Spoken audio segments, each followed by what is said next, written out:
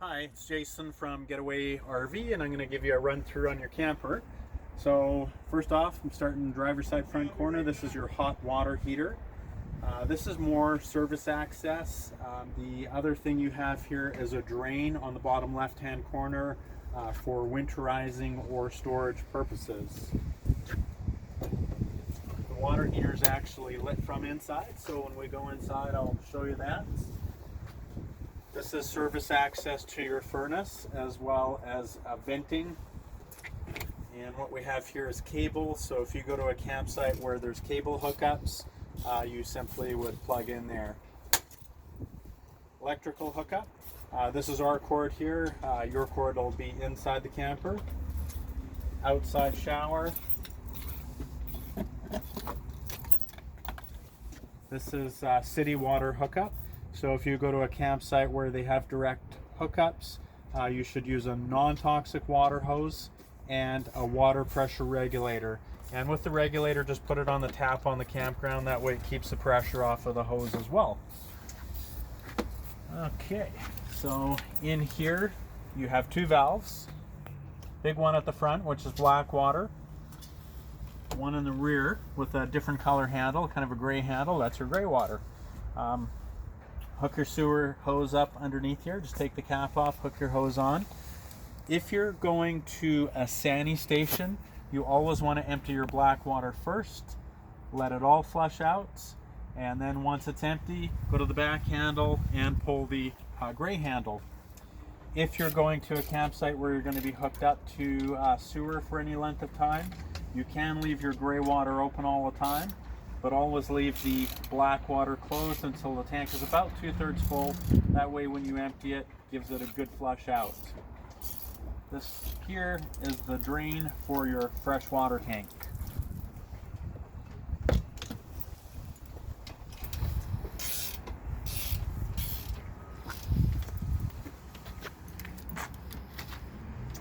Propane, you have two tanks. When you're opening the tanks, open them up slowly. Otherwise, if you open them up too quickly, they can lock out. So open it up nice and slow. With two tanks, you can run it one of two ways. You can just open one tank, leave the other one closed, and then you'll know when everything stops working inside, you've still got a full tank. Or you can open them both up. If you open them both up, there's an arrow on the regulator. Right now I have it pointing this way. What that means is it'll run on this tank first. Once the tank is empty, it will automatically switch over. And the way I know that it's changed over is there's a window here that's green. It will turn red. So if I come out here and the arrow's this way, the window's red, I know it's changed onto the other tank. This is a hookup if you had a outside barbecue or fire pit.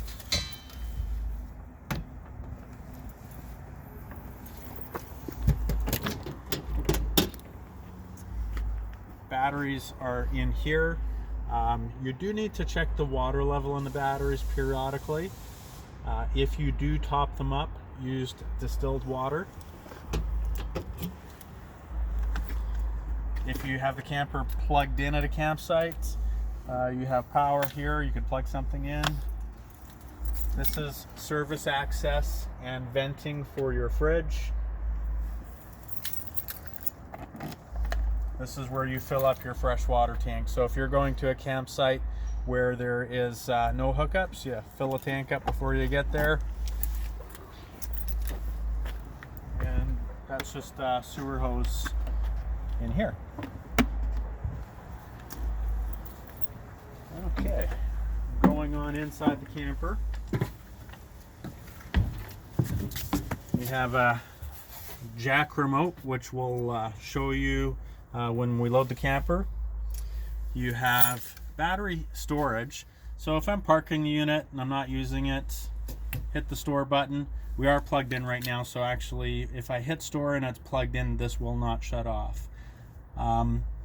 So when you do park it though for storage, hit store.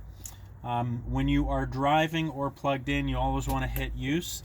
Otherwise the battery will not charge unless it's in a use position. Okay, these are just various light switches.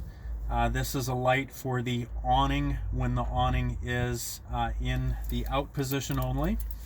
And I'm just going to put that awning out, so rod will back up and you'll be able to see that. And I just do that by holding the out button.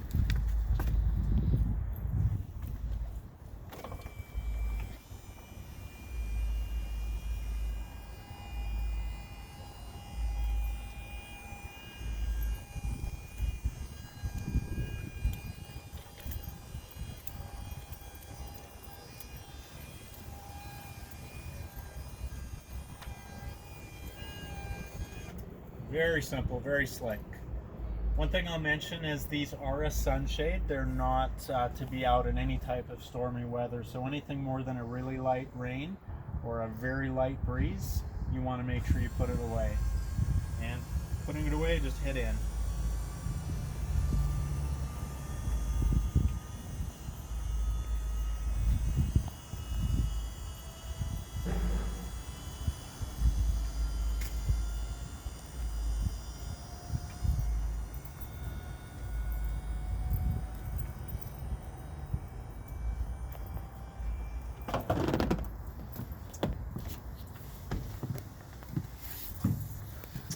Okay, when you get to your campsite, if you haven't used your unit in a little while, you've been traveling, you've just had your propane tanks refilled, sometimes you can get some air in the lines.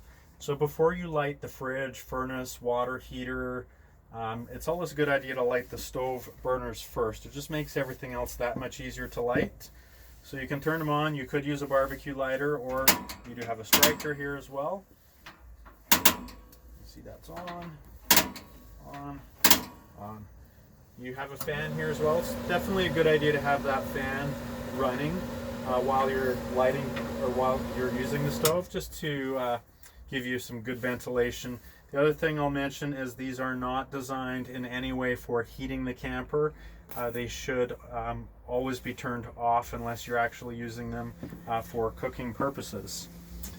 The oven, you would need a barbecue lighter. You'd want to push in, turn it to pilot, hold your barbecue lighter right back here at the thermocouple, and as you're holding the lighter, you'd hold this button in. Once it's lit down below, keep holding the pilot button in for about 20 seconds-ish. Let it go. If the pilot stays on, then you can just set it to whatever temperature you want to cook at. When you're done, you could leave it on pilot. That way you don't have to relight it each time you want to use it. My recommendation is just to shut it off completely. I like to see them shut off. This is the switch for your hot water heater here, and this one has a little lightning bolt underneath. That's to run the hot water heater on electric. So if you're plugged in, you can simply turn the switch on just like that. For propane, you're just going to turn the switch that has the flame beside it there, and momentarily we should be able to hear it light. Okay, I can hear it running, so we're all good there. Water's going to take about a half an hour to heat up, and I'm going to shut that off. Got a plug in here. So this is a GFI plug, and what that is meant for is if it got any moisture, it would trip. This could be connected to some of the other plugs as well, outside plug for example. So if you have the camper plugged in and you plug something into the outlets and they're not working, you'd want to check the GFI to make sure it hasn't popped, and there is a reset button right on it. This is a monitor panel here. You can check the levels of your tanks and battery. So battery is showing at 14.3 volts. So it's right up. Fresh water showing at 50%. Gray water showing 0%. Black water showing 0% as well. Switch up here is your water pump. That's if you're using water from the tank. So we can turn that on. I'll just back up for a sec there. We'll turn the pump on. Run your water. Turn the pump off. Okay, so it is a demand pump, so once the system is pressurized, it will shut down. So it has shut down there. So if you're doing dishes or having a shower, using the bathroom, go ahead, leave it on. But it's a good habit when you're done with it, you're done your dishes or whatever you're doing, just come and shut it off until the next time you need it. Okay, down here we have your propane detector, and if it detects any leaks, it'll start beeping. The other thing that can cause them to go off is low voltage from your batteries. So if you're getting a chirp periodically, that could indicate that your batteries are low. But always investigate if it does go off. Down here we have your solar panel regulator. There's really not much to worry about down here at all. The solar panel is pretty well maintenance free, but button B is really all you really need. Okay, so I can toggle through. Batteries are showing 14.4. 0% going in right now because they're fully charged. Okay, now one button I'm going to back up. One other button I'm going to show you, and you can use this button up to twice a day as the maximum boost. So I'm dry camping, I'm out for a few days, I want to have maximum efficiency from my solar panel. Hold this button for about 5 seconds. It says boost right there, and just leave it. Do that in the morning or as the sun's starting to get bright, and later on in the day, once that boost light goes out, you can hit it one more time. Other than that, there's really nothing for you to worry about down there. Power converter. You have 110 volt breakers here, 12 volt fuses along here. So if you're plugged into power and something's not working on maybe a plug-in, air conditioner, microwave, that type of thing, check your breakers. On the 12 volt side, if something's not working like the furnace fan or water pump or lighting, you can check your fuses along here. That's your main electrical cord that I was telling you about. Plug in outside. We've also supplied you with a 15 amp adapter, so if you wanted to plug the camper in at home a day or two before you leave to make sure everything's charged up, that's the adapter you'd use. Okay, fridge. Controls are right here. Got an on-off button and an auto switch. So I'm going to simply turn that on. It's automatically going to select electric first. So if I'm plugged in, it's going to run on electric. If there's no electric, it'll actually run itself on propane.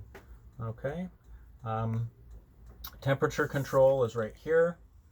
So coldest is 5, lowest is 1.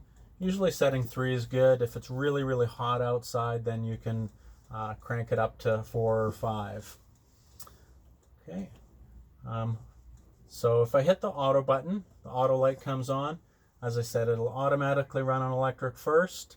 But if I hit the button with gas, whether I'm plugged in or not, it'll run on gas. If this check light comes on, it means the fridge did not succeed in lighting, and you'd want to repeat the process. Make sure your propane's turned on, light up that stove burner, make sure you got all the air out of the system. Starting instructions are written right here on the fridge, so if you forget, read over the instructions right there. Okay, I'm going to turn that off. Okay, air conditioner. So blue. Oops. Button's a little stiff from being new.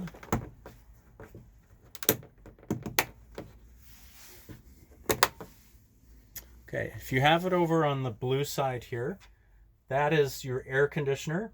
If you have it over on the gray side here, that is fan only. And then over here is your temperature control. You're not going to get a great degree of variance in your temperature. Okay, so blue for AC, gray for fan only. And over here, got your furnace. Thermostat has an on-off switch on it. Off that way. There's a little arrow which is white, which is impossible to see almost, but it's there. Turn it on. Hold on to the thermostat. click it over. It is stiff. And then you can turn your temperature down as this way, up as that way. Automatic ignition, so there's nothing else for you to do. Turn that off. Okay, into the bathroom.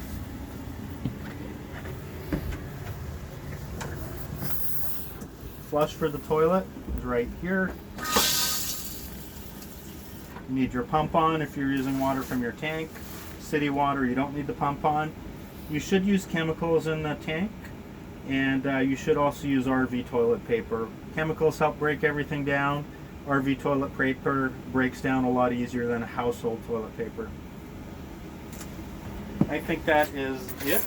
So thank you very much. And yeah, if you have any questions, give me a call.